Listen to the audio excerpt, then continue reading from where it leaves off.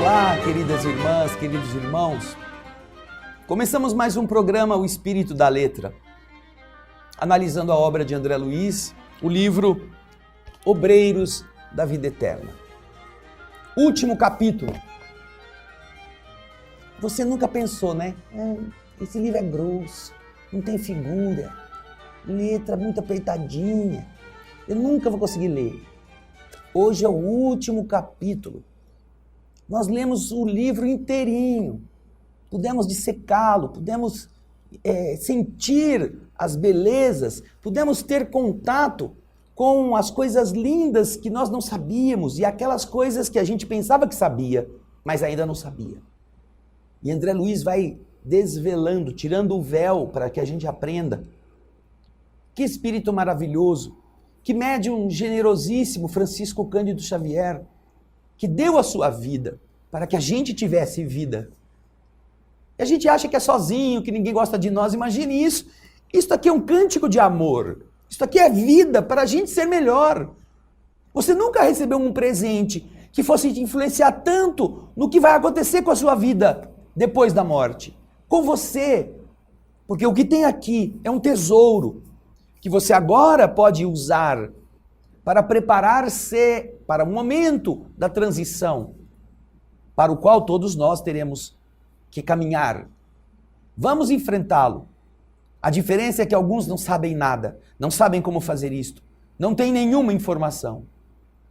Mas graças a André Luiz, Espírito, graças a Francisco Cândido Xavier, a Jerônimo, a Hipólito, a Zenóbia, a Luciana, nós agora temos uma noção. Saberemos enfrentar essas dificuldades. E quando chegar a hora, você que assistiu, que leu, que meditou, vai dizer: eu já sei como é mais ou menos. Que bom! O capítulo 20º deste livro, o último capítulo, Ação de Graças, é o momento das despedidas. Nós estaremos comentando para que possamos fechar o livro. Você acompanha conosco o texto que André Luiz nos apresenta.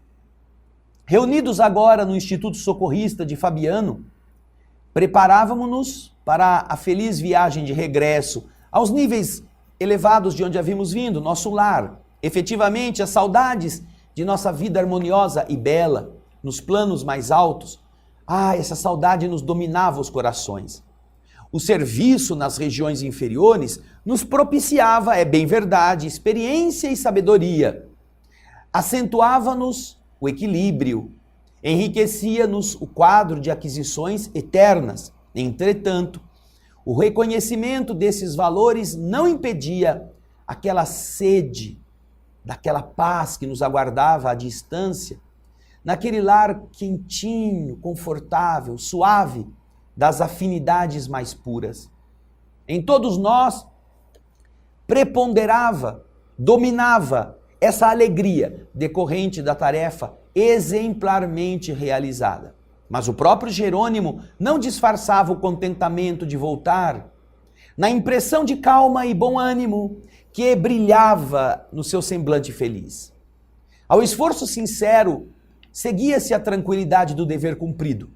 Marcada que fora a reunião última na casa transitória, rodeavam-se os recém-libertos de vários amigos que lhes traziam alegres notícias e boas-vindas confortadoras. Dimas e Cavalcante, renovados em espírito, ignoravam como demonstrar o reconhecimento que vibrava em suas almas, enquanto Adelaide e Fábio, mais envolvidos, elevados na estrada luminosa da presença divina, comentavam problemas transcendentes do destino e do ser, através de observações formosas e surpreendentes, recolhidas na vasta esfera de experiências que cada um tinha vivido na Terra. Notas de alegria e otimismo transpareciam de todas as palestras, projetos e recordações. A irmã Zenóbia solicitou que nós a esperássemos na câmara consagrada à oração, onde nos abraçaria dando-nos as despedidas. Reunidos em alegria franca, aguardávamos a diretora nas melhores expansões de entendimento fraterno. Zenóbia Poucos momentos depois, entrava no salão seguida de grande número de auxiliares e, como sempre, veio até nós bondosa e acolhedora. Havia gostado muito da expedição e devotara-se carinhosamente aos recém-libertos. Em vista disso, nos cercava de atenção pessoal e direta, naquele momento de adeus maravilhoso. Assumindo a posição de orientadora dos trabalhos, nos exortou de modo comovente a executarmos com fieldade, com correção, a vontade divina, comentando a beleza das obrigações de fraternidade que se entrelaçam no universo, fortalecendo a grandeza da vida. Por fim, saudando-nos individualmente, os recém-desencarnados, recomendou a Adelaide que ali pronunciasse a oração de agradecimento, que faria acompanhar, logo a seguir, o hino de reconhecimento que ela, Zenóbia, nos ofereceria em sinal de afetuoso apreço. No meio do profundo silêncio, Adelaide levantou-se e, fervorosa e comovida, exclamou: a ti, Senhor, nossos agradecimentos por esta hora de paz intraduzível e de infinita luz. Agora que terminou a nossa oportunidade de trabalho no círculo da carne, nós te agradecemos os benefícios recolhidos, as aquisições realizadas, os serviços levados a efeito.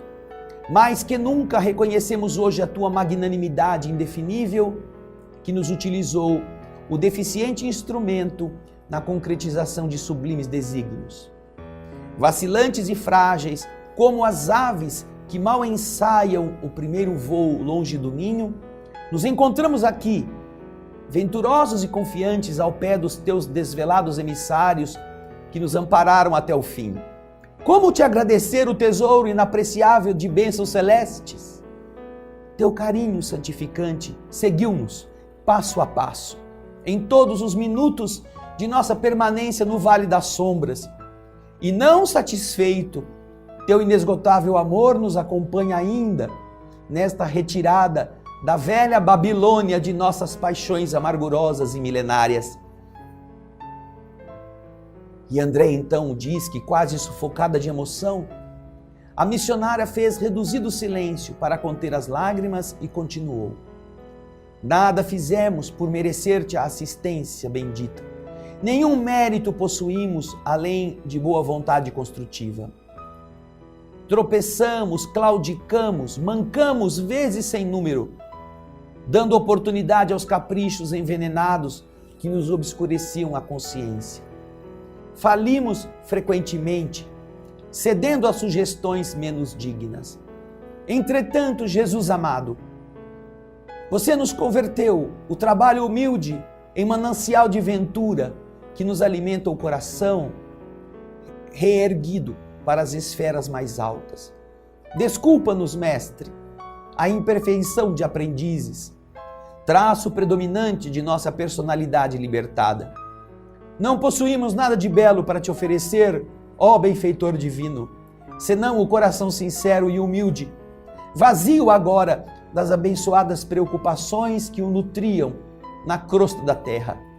Recebe-o, Mestre, como demonstração da confiança de teus discípulos pequeninos e enche-o de novo com as tuas sacrossantas determinações. Reconhecidos a tua inesgotável misericórdia, agradecemos a ternura de tuas bênçãos. Mas, se nos deste proteção e consolo, não nos retires o trabalho e a oportunidade de servir. Conduze-nos aos teus outros apriscos e renova-nos por compaixão a bênção de sermos úteis em tua causa. Cheios de alegria, abençoamos o valioso suor que nos proporcionaste na esfera da carne purificadora, onde, impulsionados pela tua bondade, retificamos velhos erros do coração. Bendizemos o caminho áspero que nos ensinou a descobrir tuas dádivas ocultas. Beijamos a cruz do sofrimento, do testemunho e da morte, de cujos braços nos foi possível contemplar a grandeza e a extensão de tuas bênçãos eternas. Adelaide fez nova pausa, enxugando o choro de emoção, enquanto a seguíamos sensibilizados. E então prosseguiu: agora, Senhor, assinalando os nossos agradecimentos aos teus emissários que nos estenderam mãos amigas nas últimas dificuldades da moléstia depuradora, deixa que te roguemos amoroso auxílio para todos aqueles menos felizes que nós, que ainda gemem e padecem nas sendas estreitas da incompreensão. Inspira os teus discípulos iluminados para que te representem o espírito sublime ao lado dos ignorantes, dos criminosos, dos desviados, dos perversos. Toca o sentimento de caridade fraternal dos teus continuadores fiéis, para que continuem revelando o benefício e a luz da tua lei. Ah, que coração empenhado no bem não se pode tocar por referir-se a tantas oportunidades como Adelaide está fazendo, entregando ao Senhor, na humildade da sua prédica, aquilo que pode ser feito em nome do Senhor, realçando que, como diz o evangelista, e ela fala nas entrelinhas: ah, Senhor, servos inúteis que somos, porque só fizemos aquilo que tínhamos que fazer. E enquanto nos preparamos para o encerramento do livro no próximo bloco, meditemos se teríamos condições de proferir essa prece, se estamos nessas mesmas situações, ou se ainda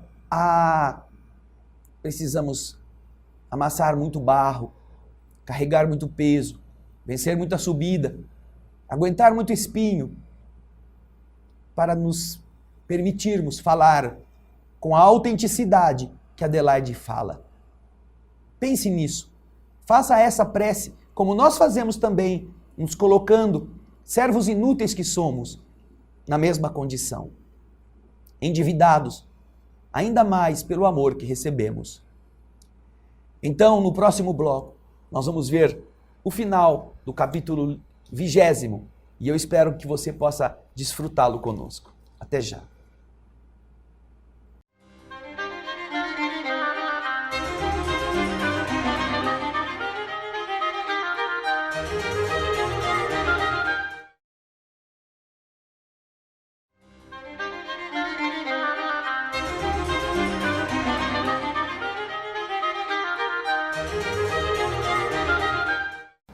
Estamos de volta. Puxa vida. A gente está parecendo aqueles servidores lá do asilo que não querem libertar a tal da Adelina, a tal da Adelaide. A gente está parecendo aqueles servidores lá que não queriam libertar a nossa pobre irmã Adelaide. A gente está parecendo aqueles servidores que não queriam libertar a pobre da Adelaide. A gente está aqui e não quer se libertar do livro. Está no fim, está acabando. Puxa vida. Mas nós não vamos ficar obsediando o livro, nós vamos dar vida ao livro. E aqui André Luiz vai terminá-lo, descrevendo os últimos momentos emocionantes do encontro. Diz André Luiz que, terminada a prece comovedora, a irmã Zenóbia veio abraçar Adelaide, extremamente sensibilizada. E logo após, reassumindo o lugar, recomendou aos auxiliares que a ajudassem no formoso cântico de agradecimento ao círculo terreno que os irmãos libertos acabavam de deixar. E vocês estão vendo o ambiente do salão da prece, onde está Adelaide, a irmã Zenóbia e os demais trabalhadores ali participando. Mergulhamos num dilúvio de vibrações cariciosas que nos arrancavam lágrimas de suave emoção. E ela própria iniciou aquele hino com a qual ela encerraria, de indefinível beleza. Este hino que você poderá ler no silêncio da sua própria intimidade, meditando sobre cada uma das suas estrofes, que foram cantadas naquele ambiente. E então, quando soou A última nota desta canção, repassado de misterioso encanto, olhos nevoados de lágrimas, trocamos com Zenóbia carinhoso abraço de adeus.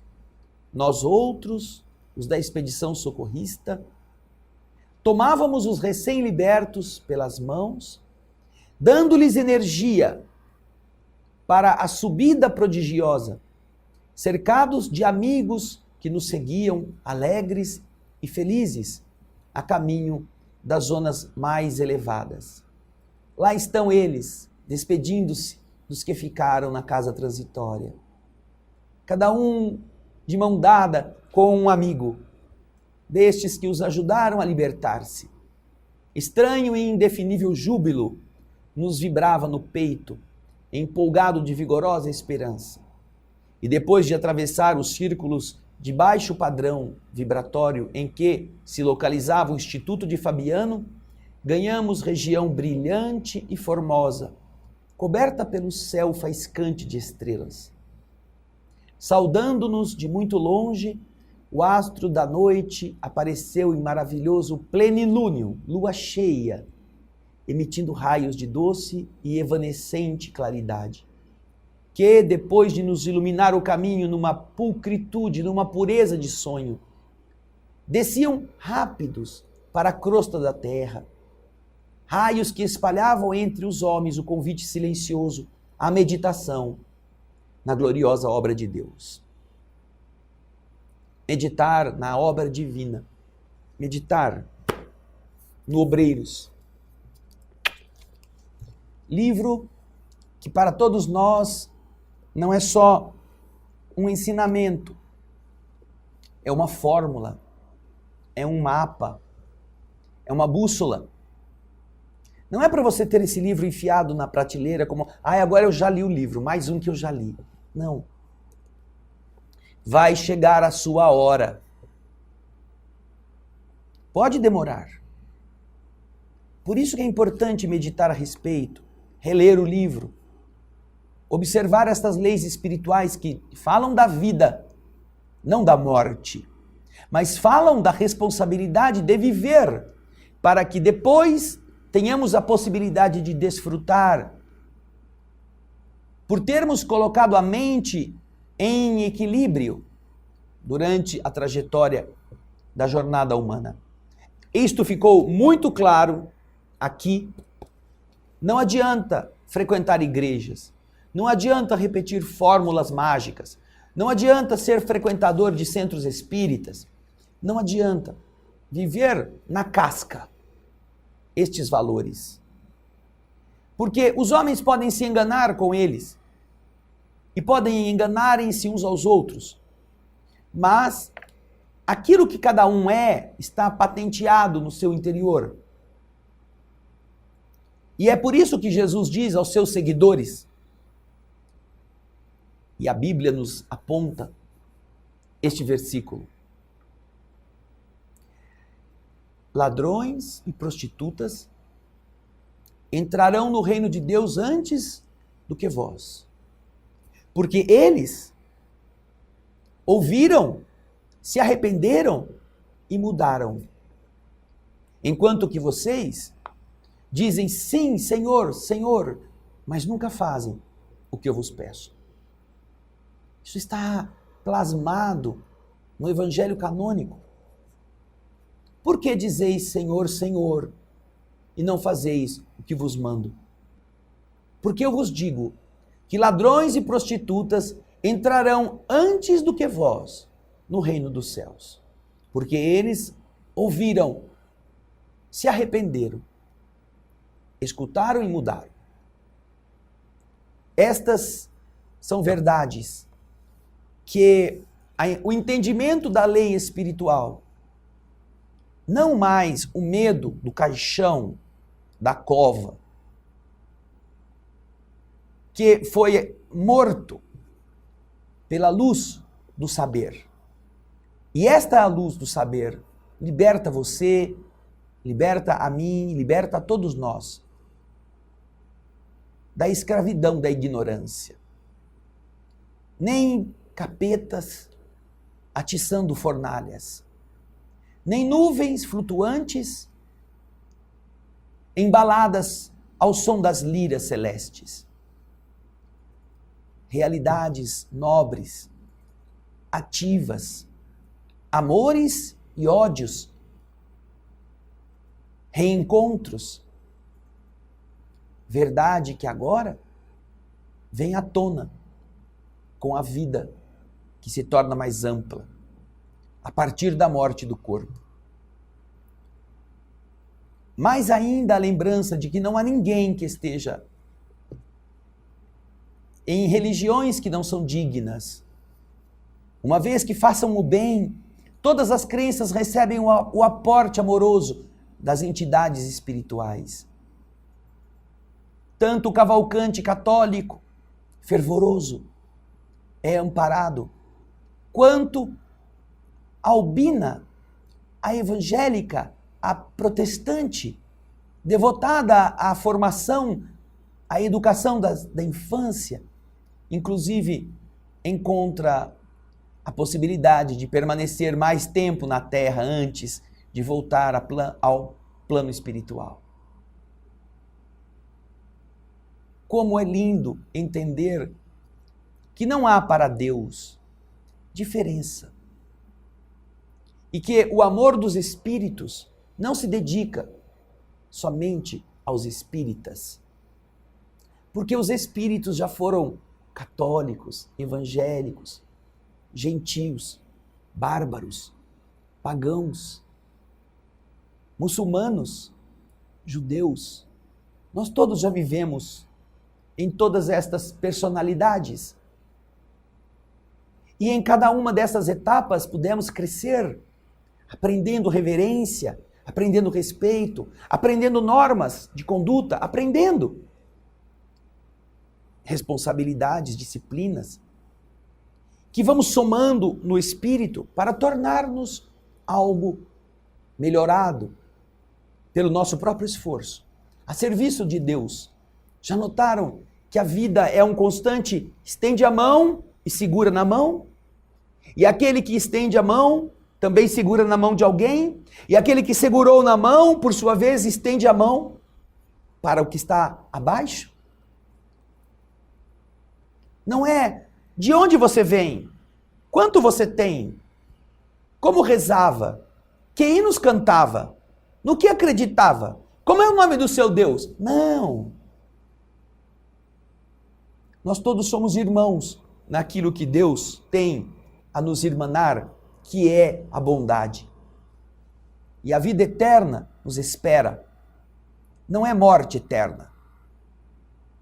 A vida que faz você não ter medo de despedir-se temporariamente do filho que vai ficar, do companheiro, da esposa, do pai, da mãe, do ser amado. Todos continuaremos juntos, vivendo, nos visitando, nos amparando. E ao mesmo tempo que você pode, é claro, sentir a falta de alguém que foi antes de você, é consolador você saber, não é? Que quando chegar a sua vez, puxa, vai ter alguém te esperando no porto, não é? Eu sempre lembro daquela cena que a gente vê em alguns aeroportos. Alguém com uma plaquinha com o seu nome está lá para te buscar. Aquela pessoa não te conhece, mas ela sabe que você está no voo. Então ela escreveu o seu nome porque ela foi lá para pegar você. E então você chega num país que você não conhece ninguém, você nem fala a língua, e ao olhar você vê alguém com o seu nome escrito. Que coisa boa e confortadora. Mas mais ainda, quando chegar a nossa vez de irmos para o porto da vida eterna, você não vai ver uma pessoa com o seu nome, com a sua plaquinha escrita na identificação da sua personalidade. Não. Você vai ver aqueles que já foram antes, que foram seu pai, sua mãe, seu irmão, seu filho, sua filha, que são seus amigos e que sabem que agora é a sua vez de chegar no voo da vida. Deixe para trás As coisas que ficaram pertencem ao mundo. Abasteça-se das coisas que você pode levar, porque essa é a única bagagem que vai descer com você nesse local. Pense muito, porque este mapa, esta bússola, você ainda precisará dela, ou será bom que a use, até o dia que chegue a hora de voltar para ver como ela era verdadeira. Eu agradeço muito o seu carinho.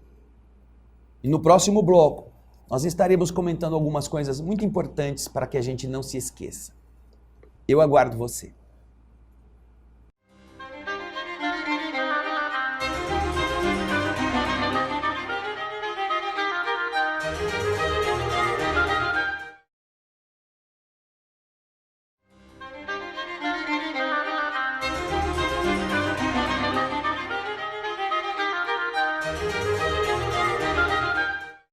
Estamos de volta. Encerrando o Obreiros da Vida Eterna, gostaria que você não se esquecesse. Aqui neste livro encontramos coisas preciosíssimas. Vamos fazer um breve resumo, uma lembrança. Talvez que aqueles que estão vendo agora pela primeira vez não estejam familiarizados. Mas neste livro nós encontramos muitos ensinamentos. Vimos, por exemplo, o trabalho deles para recuperar aquele ser amoroso no seu estado de espírito, aquele ser que a irmã Zenóbia tinha no seu coração como alguém muito especial, o padre Domênico, e que havia vivido na terra em condições precaríssimas, na condição de sacerdote. Foi resgatado e a enfermeira Luciana conta todos os estados de degeneração a que ele se entregou, vendo isto no seu perispírito. A clara evidência de um espírito a respeito da outra alma. Vimos que nos planos inferiores, abaixo da cidade Nosso Lar, existem postos de socorro que são móveis, que saem de um lugar e caminham em outra direção, e que tentam resgatar ao máximo aqueles que estão ali, naquelas regiões umbralinas, como também são pousos de descanso e refazimento de caravanas que vão para a crosta da terra ou que dela voltam, trazendo espíritos que ficam ali se preparando para serem encaminhados aos seus destinos.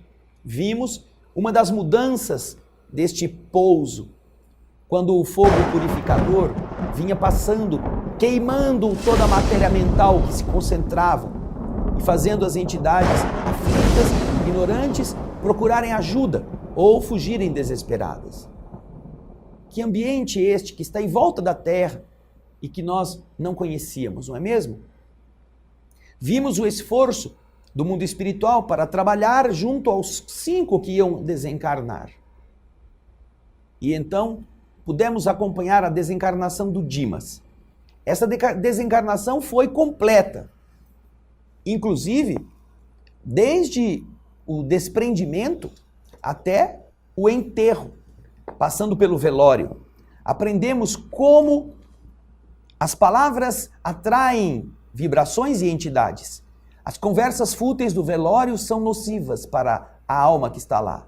Mais ainda o anedotário ou o fuxico, que atrai padrões mais baixos de entidades para aquele ambiente que deveria ser de serenidade, de respeito. Vimos que os espíritos, nos casos específicos do Dimas, puderam retirar os fluidos que permanecem no cadáver, tonificado pelas ações vibratórias, ainda em desajustes, mas ainda não totalmente desfeitas, para evitar que aquelas entidades que habitam cemitérios, que vivem naquelas regiões, sugando estas forças, viessem fazê-lo em relação ao corpo extinto do Dimas. Vimos também, logo depois do sepultamento, que André Luiz encontra 2 espíritos presos aos seus próprios despojos. Uma moça, desencarnada recentemente, que está sobre a sua sepultura, tendo as marcas purulentas na sua carne, porque fora uma mulher sem muitos escrúpulos, e que queria sair dali para ir atrás do marido que ficou viúvo e do filhinho que acabara de nascer, e que ela não tinha muito amor por eles. Mas não pode sair porque está presa a essas vibrações mundanas que ela não soube desfazer. Depois temos um avarento, um homem que está ali também, rico que fora na terra e que se mantém ainda unido aos despojos, como forma de impedir que ele vá atrapalhar a destinação dos bens materiais que ficaram junto aos seus herdeiros. Nossa, tudo isso, André, só no desencarne do Dimas. Depois fomos ao desencarne do Fábio.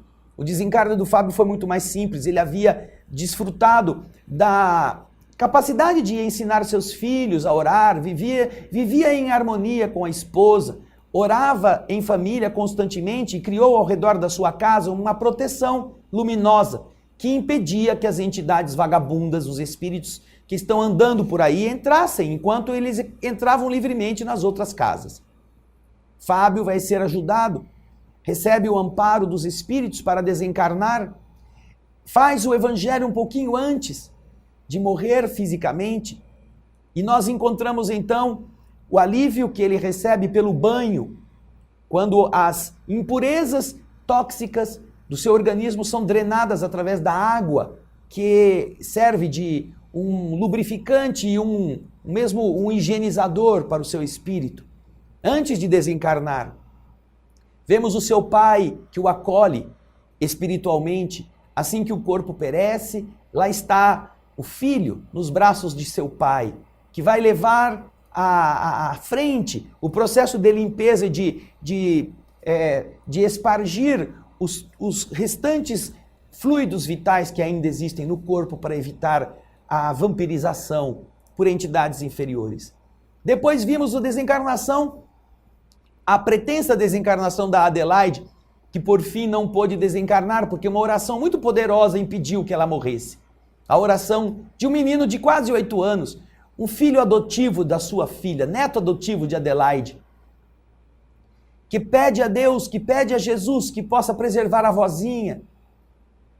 E André Luiz fica surpreso ao perceber que uma prece de um garoto desse tipo pudesse ter esse poder. Mas tem em função daquilo que ela propiciará, porque a morte de Albina, nesse caso a sua vozinha, poderia prejudicar a gravidez de Lloyd, a mãe adotiva do garoto, que está tomando conta do menino. Mas a criança que vai nascer é uma companheira de este menininho, João.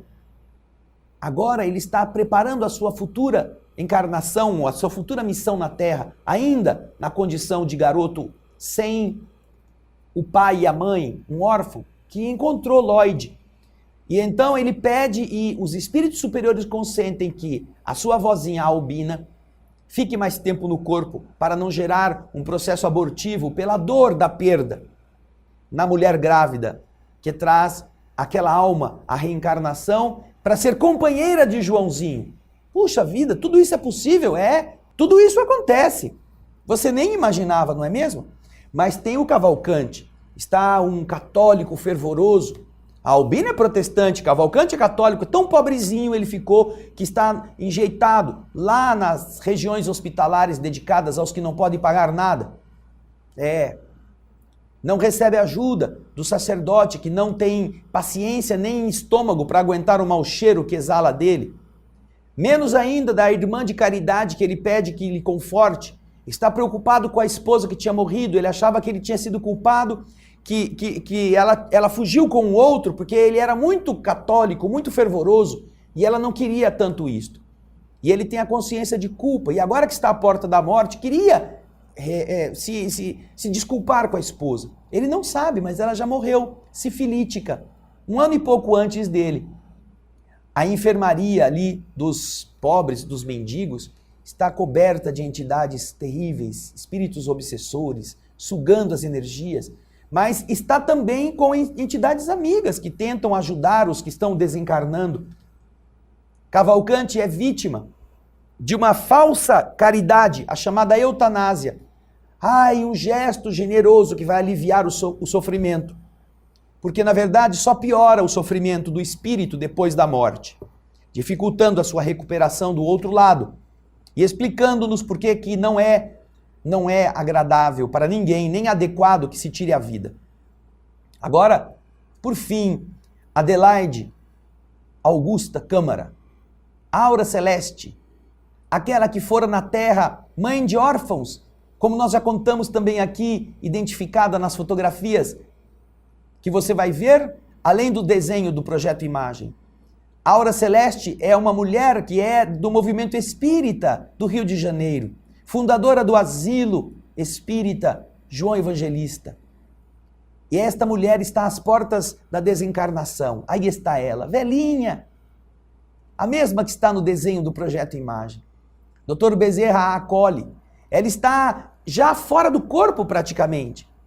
Mas os companheiros não querem libertá-la porque têm medo de ficarem sem o seu valoroso apoio.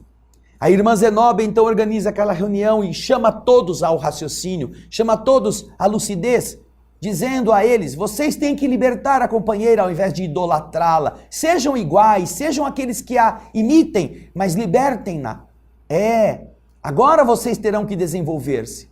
Jesus fez isso. Ensinou tudo o que pôde em o menor tempo possível e foi embora, para que a gente não ficasse de um pires na mão, correndo atrás dele, pedindo conselho até para saber se nós deveríamos tomar banho ou trocar de roupa. Nós temos que aprender a fazer as coisas. E é o que nós vimos no exemplo de Adelaide. E então, por fim, Adelaide promove ela mesma o desligamento dos laços que aprendem ao corpo, menos o último, que Jerônimo se incumbe de cortar, e então está livre para a vida espiritual. É ensinamento atrás de ensinamento. Eutanásia, velório, tônus vital, perispírito, a modelagem do perispírito depois que o corpo físico morre e o último laço é cortado, a descrição que André Luiz faz de como o perispírito de Dimas se recompõe na mesma forma do corpo físico. Nossa, é uma riqueza que nós não conseguimos esgotar. E que sempre que você tiver alguém que não sabe, você poderá contar para essa pessoa. Olha, eu li o livro lá, Obreiros da Vida Eterna, ele fala muita coisa. Sabe por quê? Porque a maioria das pessoas que você conhece não conhece nada disto. Nada disto. E como não conhece, não sabe o que vai ser da vida dele. Acha que tem que engordar bastante, tomar muito remédio para evitar a morte, que nem assim vai ser evitada. E quando ela chegar, como é que eles vão se portar? Terão sabido se conduzir antes? Difícil, né? É assim que nós terminamos o livro. No próximo bloco, vamos mostrar para você o que vem pela frente. Tcharam! Depois eu mostro. Eu aguardo você daqui a pouquinho.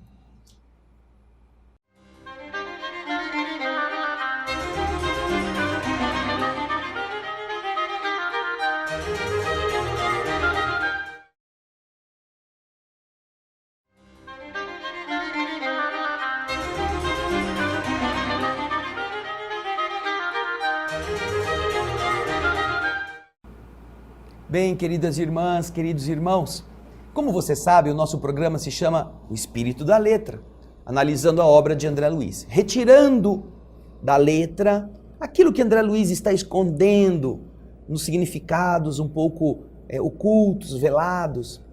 E nós estamos com muita alegria mostrando a você as capas dos livros que já fizemos. Primeiro foi O Nosso Lar, obra de André Luiz, que começa a série um best-seller espírita. Logo a seguir fizemos o livro Os Mensageiros, quando André Luiz vai passar uma semana aqui na Terra para aprender ao contato com os que falharam nos processos mediúnicos, os que se equivocaram nas coisas que deveriam ter feito. Depois, lemos e comentamos cada capítulo do livro Missionários da Luz, o mais revelador de todos até agora, o que tem mais coisas ocultas e reveladoras para nós. Então, os 3 primeiros, você poderá encontrá-los todos no nosso site, Mensagem Fraternal, para download completo. Poderá encontrá-los no nosso canal do YouTube, poderá encontrá-los na TV Mundo Maior, também no site da TV Mundo Maior. E terminamos no programa de hoje o 4º livro, Obreiros da Vida Eterna, que você também conhece a capa. Agora, nós temos que continuar porque André Luiz trabalhava muito. E então, com o Chico Xavier a seu dispor, logo a seguir já nos trouxe o livro No Mundo Maior. É a quinta obra da sequência, que a partir de então nós começaremos a trabalhar. Do que fala este livro? Você que está em casa, do que fala? Há um breve resumo aqui no verso, só para você ver quantas coisas muito úteis André Luiz vai nos falar nesta obra. Veja só o que a editora resumiu para nosso conhecimento. Nesta obra, André Luiz focaliza aspectos da vida no mundo espiritual e da comunicação entre seres desencarnados e encarnados, especialmente durante o sono. O repouso do corpo físico permite que nós possamos nos encontrar com aqueles que já foram também. Ele, André Luiz, fornece esclarecimentos sobre as causas do desequilíbrio da vida mental. Por que acontece esse desequilíbrio? E então mostra como que o mundo espiritual trata esses desequilíbrios, de que forma ajuda a pessoa a se reequilibrar. Sob uma forma romanceada, ele analisa temas como o aborto, a epilepsia, a esquizofrenia e as moléstias mentais, destacando o socorro imediato prestado aos necessitados pelos trabalhadores invisíveis que evitam, tanto quanto possível, a loucura, o suicídio e os extremos desastres morais. Loucura, suicídio e desastres morais que podem ser evitados quando o encarnado compreende o recurso do mundo espiritual e então permite que estes amigos invisíveis possam ajudá-lo. Não existe uma só religião que eu conheça que chegue a essa minúcia, com todos estes requisitos a serviço do interessado. E explique por que não é negócio ficar em depressão, não é negócio ficar com inveja, não é negócio ficar com raiva, desejar vingança. Isso tudo é doença da mente. A mente enferma produz enfermidade na matéria. A culpa pelos erros cometidos é uma brecha na nossa defesa. E então, o antídoto da culpa não é a depressão, não é a lágrima, não é o arrependimento. O antídoto da culpa é a correção do erro. É o esforço para reparar o mal cometido. É o pedido de desculpa ao ofendido. É a devolução daquilo que foi tomado. E quando não há mais possibilidade de devolver para a pessoa, quando não há mais possibilidade de desfazer o mal, é assumirmos compromisso com a vida, para que nossas atitudes, ao longo dos anos, demonstrem que somos outras pessoas. Eu prejudiquei uma pessoa que já morreu, como é que eu posso devolver para ela? Não. Existem muitas pessoas como ela na Terra que também estão passando por aflições, devolva para outros. Porque, na verdade, quando a gente prejudica uma pessoa, a gente prejudica a vida em geral. Jesus disse isso. Quando você fez isso para o menor dos meus irmãos, foi a mim que você fez. Então, se nós caluniamos alguém, se nós traímos alguém, se nós ferimos, agredimos, e esta pessoa já não está mais perto de nós para que nós nos desculpemos, lembremos-nos que quando fizemos isso para ela, foi a Jesus que fizemos. E então vamos trabalhar, vamos fazer o bem para outros, porque se nós fizermos o bem para outros, também foi a Jesus que a gente fez. Foi ao Divino Mestre que a gente agradou. A vida estará percebendo que nós já não somos mais as mesmas criaturas. Isto sim combate a culpa, combate a loucura, combate o desequilíbrio, a esquizofrenia. Porque estas são consequências do erro. Essas doenças da emoção, elas estão enraizadas na falta moral, na falta material, que nós sabemos que cometemos e que às vezes ninguém conhece, mas a gente sabe. E então nos arrependemos, mas não podemos parar no arrependimento. É o primeiro passo. Mas é preciso tomar a vacina, que é o auto-perdão, que a gente só consegue quando realmente reconhece que fizemos tudo o que podíamos para devolver aquilo que não era nosso, para refazer a harmonia dos corações aflitos. E isto Deus leva em conta, o universo reconhece. É preciso então que nós paremos de ser egoístas e nos afundarmos em depressões que são a manifestação do egoísmo. Tivemos a cara de pau de errar e ao invés de termos a coragem de corrigir, saímos pela porta do fundo querendo fugir das consequências em atitudes autodestrutivas, vitimistas, para que os outros ainda tenham pena de nós, dando mais trabalho para as pessoas. Não! Isto está errado. Isto é porta para a doença mental piorar. Nós precisamos sim enfrentar-nos e reconhecendo que erramos, que não somos lá tão santos como pensávamos, nós temos aberta a porta da escola para refazer, para corrigir. Errar não é vergonha. Vergonha é não trabalhar para reformar o erro, transformando-o em acerto. E isto, o livro No Mundo Maior vai nos fazer entender. Aborto, epilepsia, esquizofrenia, moléstias mentais, loucura, suicídio, desastres morais, fazem o pano de fundo desta ligação entre a terra e o céu, para perceber que se parece que aqui a terra é o mundo, existe um mundo maior, no qual os espíritos se inserem para de lá ajudarem os que estão no mundo menor a refazerem as lições, a corrigirem os erros e a construírem uma vida muito melhor e diferente para o seu espírito. Que Deus permita que nós possamos começar e terminar, como fizemos com estes 4. Que Deus permita que você nos ajude a levar isto para mais pessoas.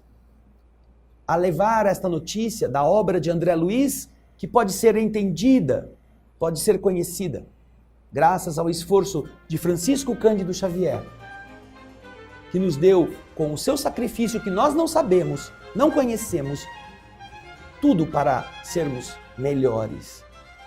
E é isto que o nosso carinho deixa aos pés desta alma. Eu não sei avaliar se um dia, tirando talvez a oportunidade de viver e o carinho dos meus pais, se um dia eu recebi algum presente que fosse maior do que o que Chico Xavier nos deixou, como médium, pobre, incompreendido. Nunca alguém, é claro, tirando Jesus, me amou tanto quanto o Chico, sem me conhecer. Amou tanto você, sem te conhecer. Nos amou tanto, nos deu tudo para que a gente fosse melhor. Todas as vezes que eu leio uma coisa dessa, eu tenho vergonha de ser inerte. Pelos sacrifícios que custaram a ele e aos espíritos, ao amor de Jesus, nos dar a oportunidade de viver. Para que a gente só encha a barriga e penteie o cabelo. Que só mude a roupa para a moda nova ou pense no carro que vai comprar. Ah, Senhor, ajuda-nos a continuar a discernir, tirando da letra o espírito. Que você possa ser um destes que difunda, que fale para os seus amigos, que estude nas casas espíritas, que convide amigos para vir à sua casa e assistir. Faça isto. Não custa o que custou para Chico Xavier. Não custa o que custou para o espírito André Luiz. Multiplique. E outras pessoas saberão como viver para bem morrer. E saberão como evitar as doenças da emoção, fazendo a vida de uma forma diferente. Muito obrigado pelo seu carinho, obrigado pelos seus elogios, pelas palavras de estímulo, obrigado pelas preces, pelas vibrações. Nós esperamos você no próximo, o Espírito da Letra, analisando a obra de André Luiz. E se Deus permitir, no mundo maior, juntos. Muito obrigado e muita paz.